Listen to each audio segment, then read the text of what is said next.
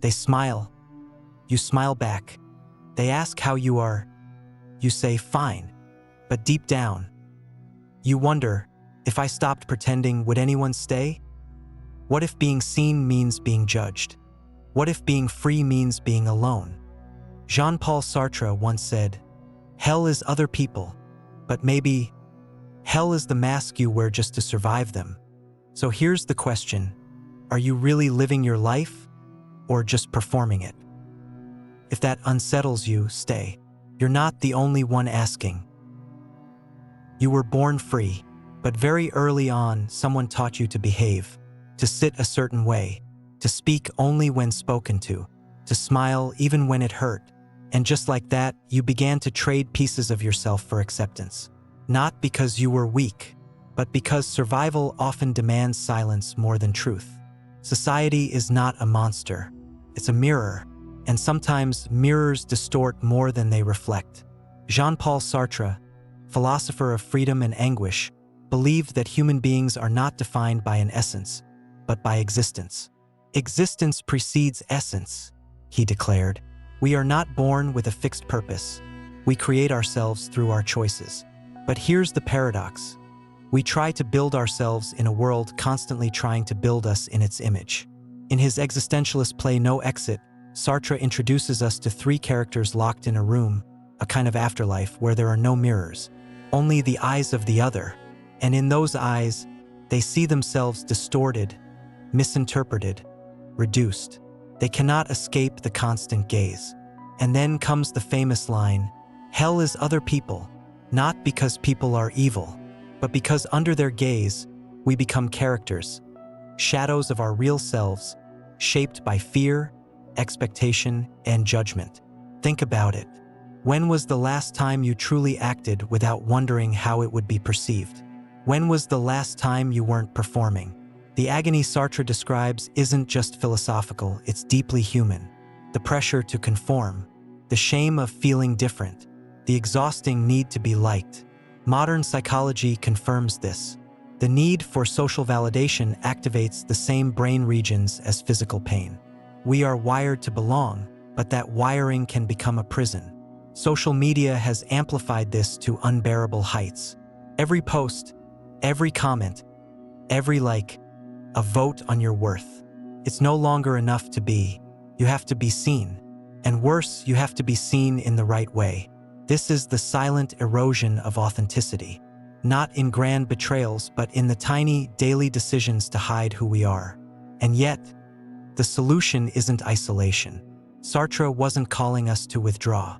He was calling us to awaken, to realize that while the gaze of the other is real, it doesn't have to define us. That we are still, even in the face of judgment, responsible for who we become. So let this video be a descent and maybe a return into the strange, painful, beautiful paradox of living among others. Because somewhere between their expectations and our silence lies the truth we've been afraid to speak. There's a weight that never bruises, a pressure that doesn't scream, but suffocates. It's the feeling of being watched, not just noticed, scrutinized. Like every gesture, every pause, every breath is being measured. You walk differently when you feel eyes on you. You speak in rehearsed patterns. You laugh a little too much or not enough. And somewhere between their gaze and your reaction, you disappear. Sartre called this the look, a concept at the heart of his existential philosophy. To be looked at is not just to be seen, it is to be defined. In the presence of others, we stop being subjects and become objects. Judged, classified, expected to fit into roles. Psychologist Charles Cooley described something similar with his theory of the looking glass self. We form our self-image not from who we are, but from how we think others perceive us. And when we live like that, authenticity becomes performance. This is the invisible weight of social life. The reason why so many people feel exhausted after a party, a work meeting, even a family gathering.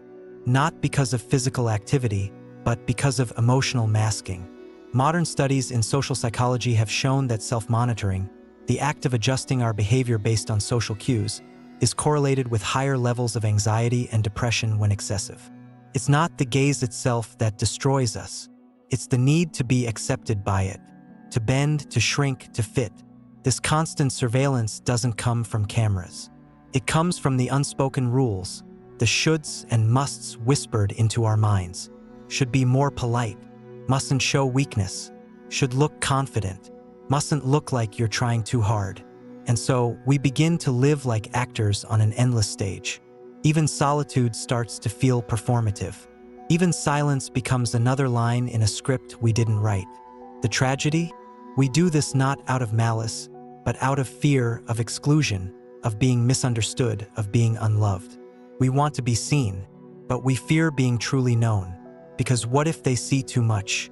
Sartre's insight is not that others are inherently bad, but that their presence confronts us with our own vulnerability. Their gaze reflects not only who we are, but who we fear we are not. In today's hyper-connected world, this phenomenon has reached pathological levels. We curate identities, we filter our lives, we edit ourselves into socially acceptable versions. But deep down, the question festers, am I being loved or just approved? And if everyone is playing a role, where is the truth? Maybe hell isn't the other. Maybe hell is the silence we keep while pretending everything is fine. Freedom, the word itself sounds like a promise, like wings, wind, and wide open space. But Jean-Paul Sartre saw something else. He said, man is condemned to be free, condemned, because with freedom comes responsibility, with choice comes weight, and when every decision defines us, we begin to drown in infinite possibility. In theory, freedom should liberate, but in reality, it often paralyzes, especially when our choices aren't truly ours. How often do we say yes when we mean no? How often do we pursue goals, relationships, careers, not because we want them, but because they make us look good? That isn't freedom. That's just obedience dressed as independence. This is the paradox Sartre confronts us with. We are free, yes, but that freedom is terrifying, because there are no maps, no guarantees, only the haunting responsibility of self-creation. And in that void of certainty, we search for anchors. The expectations of others become our compass. We ask, what do they want from me? Not, what do I want? This is how we become prisoners of perception. Sartre argued that when we act out of fear of rejection, of failure, of judgment, we fall into what he called bad faith. It's a kind of self-deception, a denial of our freedom. We tell ourselves, I had no choice, but we did. We always do. Psychologist Barry Schwartz, in his book The Paradox of Choice, explains how too much freedom, too many options, leads not to satisfaction but to anxiety and paralysis. We become obsessed with making the right decision, not the real one. So we look outward, we imitate, we perform, we fit in. And little by little, our choices stop being expressions of self and become reactions to the gaze of others. We think we're being free, but we're actually just following scripts written by culture, family, algorithms. True freedom, Sartre insisted, is not in escaping responsibility. It's in embracing it, in owning our choices fully without hiding behind excuses or expectations. But that kind of freedom is heavy. It requires consciousness, courage, clarity. It means asking yourself, would I still do this if no one ever applauded me for it? Would I still want this if no one ever saw it? These are not easy questions, but they are the doorway to authenticity, because until we choose for ourselves, we are not free. We're just echoing others in a voice that isn't our own. And the tragedy? The more we chase approval, the less we recognize ourselves. So maybe the real prison isn't outside. It's the fear inside us that says, if I show them who I really am, they'll walk away. But freedom, real freedom, begins when we say, I'll show them anyway. Who are you? When no one's watching. It sounds simple, almost like a self-help prompt. But the truth behind it is unsettling. Because if we're honest, many of us don't know the answer. Not anymore. Somewhere along the way, we stopped being ourselves. Not out of dishonesty, but out of survival. We adapted. We blended. We complied. And in doing so, we began to fracture. Sartre understood this fragmentation well. He spoke of the human tendency to flee from authenticity, not because we don't desire it, but because it's dangerous. To be authentic is to be vulnerable. To say, "This is me," is to risk being rejected as yourself, not as a mask. So we build personas, safe versions, palatable identities that won't scare others off. But these masks, worn too long, become our faces. We start to confuse who we are with how we are perceived. And over time, something quiet but devastating happens. We lose the ability to distinguish between what is true and what is convenient. The social psychologist Irving Goffman described life as a stage. We're all actors, playing roles for different audiences. And while some performance is natural, the danger is when the act becomes permanent. You laugh louder at jokes that don't amuse you. You say yes when your soul screams no. You chase things you don't want just because others do. And slowly, the gap between who you are and who you pretend to be widens. Psychologically, this creates what Carl Jung called the divided self, the tension between the authentic self and the social self. This internal split breeds anxiety, numbness, and eventually, burnout. Because living inauthentically is exhausting, not just emotionally, but spiritually. It's a slow erosion, not a sudden collapse, but a quiet vanishing. You disappear not in one grand moment, but in thousands of small concessions. You delete a comment before posting. You choose an outfit not for comfort, but for impression. You swallow a truth to avoid discomfort. Each time, a small piece of you fades. And the worst part? You might still look happy. You might still look put together. But inside, there's a quiet ache, the ache of not being fully known. Or worse, the fear that if you were, you'd be unloved. Modern neuroscience supports this too. The brain's reward system, particularly the ventral striatum, lights up when we receive social approval. Even more so than when we act in alignment with our values. Which means our biology is wired to trade authenticity for applause. But Sartre? He never said that authenticity was easy. He said it was necessary, because without it, life becomes theater. And at some point, you forget how to take the costume off. So pause and ask, when was the last time you did something purely for yourself? Not to be admired, not to be approved, just to be real. That moment, however small, is where your authenticity still lives. And it's still waiting for you. Not perfect, not polished, but true. We long for connection, to be held, heard, understood, to look into someone's eyes and feel, finally, someone sees me. But in that longing lies a trap. Relationships, as Sartre saw them, are a paradox. They are the mirror in which we discover ourselves, and the prison in which we begin to disappear. Love can liberate, but love can also demand. It can ask us subtly, insistently, to become someone we are not, just to be kept close. And we comply, not out of weakness, but out of hunger. A hunger to belong, a hunger to not be alone. We shape ourselves to fit another's expectations, hoping it will earn us permanence. We minimize our needs. We hide our fears. We say, it's fine, when it's not, just to keep the peace. But peace that costs your truth is not peace. It's surrender.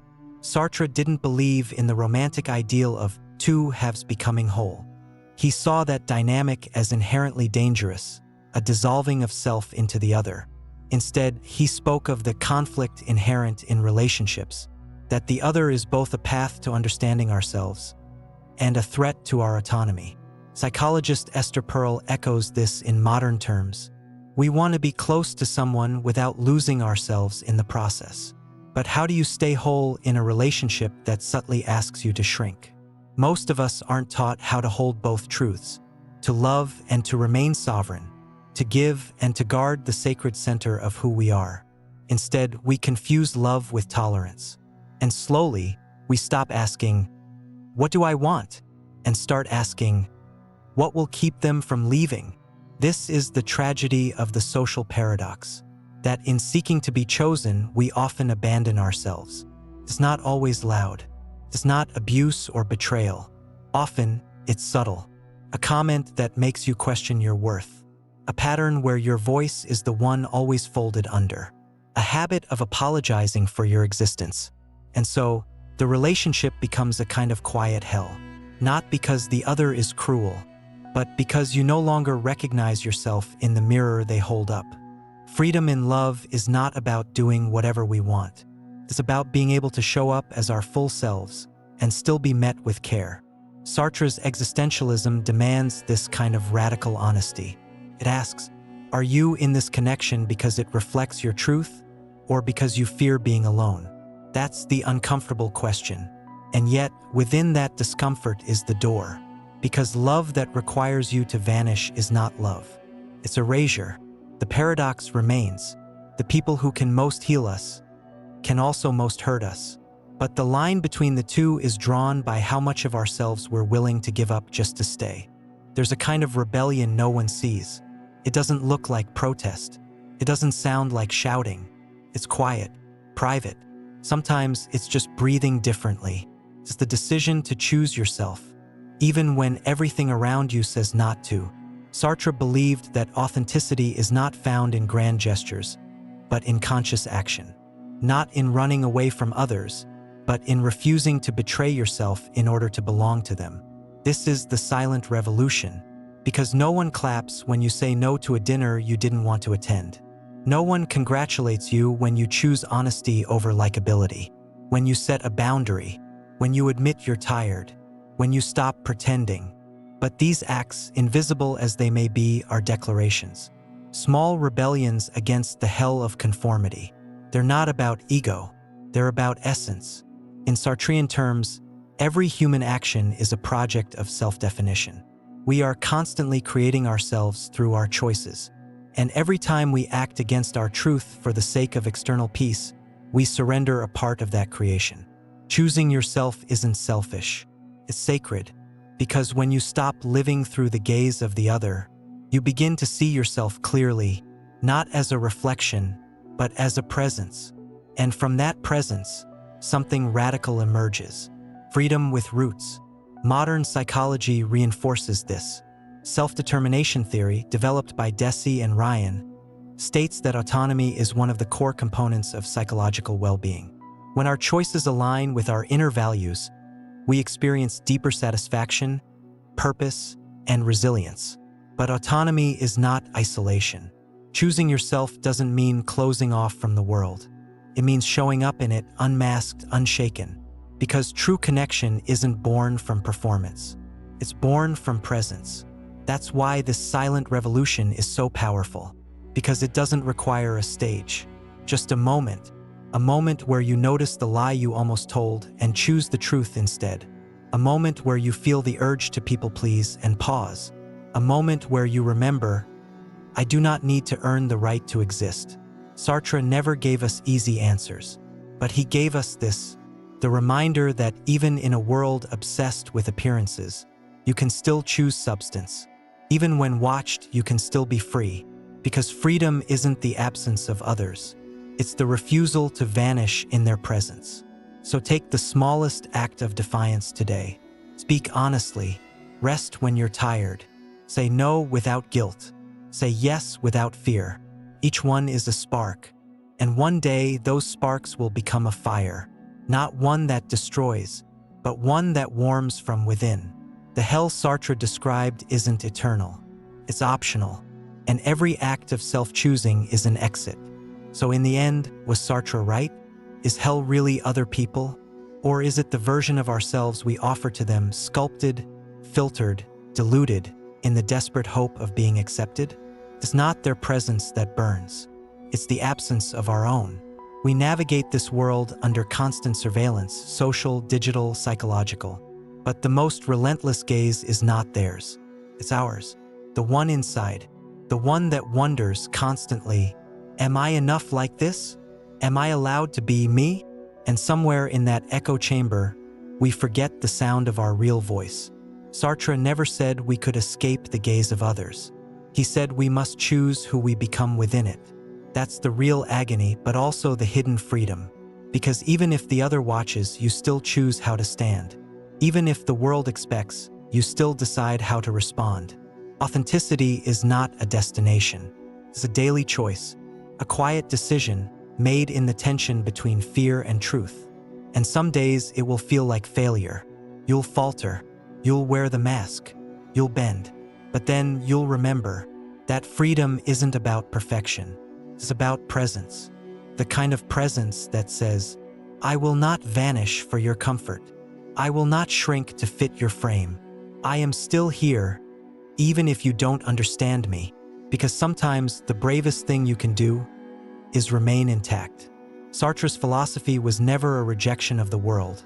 It was a demand to show up in it, fully awake, to stop outsourcing your identity, to stop begging for validation from mirrors that only reflect what they think you should be. This is your life, your voice, your story, and no one else gets to write it for you. So the next time you feel the weight of eyes, the pressure to perform, ask yourself, who am I becoming by trying to belong here?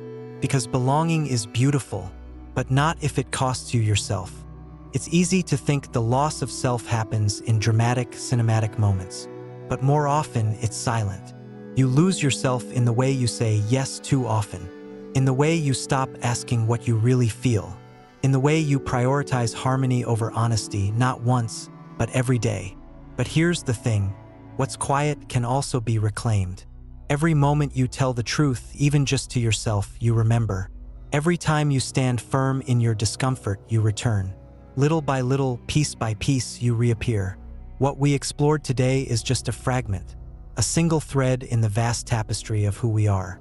But if it made you pause, even for a second, then that silence was worth more than 1,000 scrolls and words. If you're still here, I see you, and I thank you. You're invited to continue, with a comment, a click, or even just a thought you carry into your evening. There are more videos waiting, deeper questions, harder truths. I'll be there. Like and subscribe only if it feels honest. I'm not here to chase numbers. I'm here to build conversations that matter. Until next time, remember this, hell isn't other people. Hell is forgetting who you are in the presence of others. And heaven, it just might be the moment you choose yourself and stay.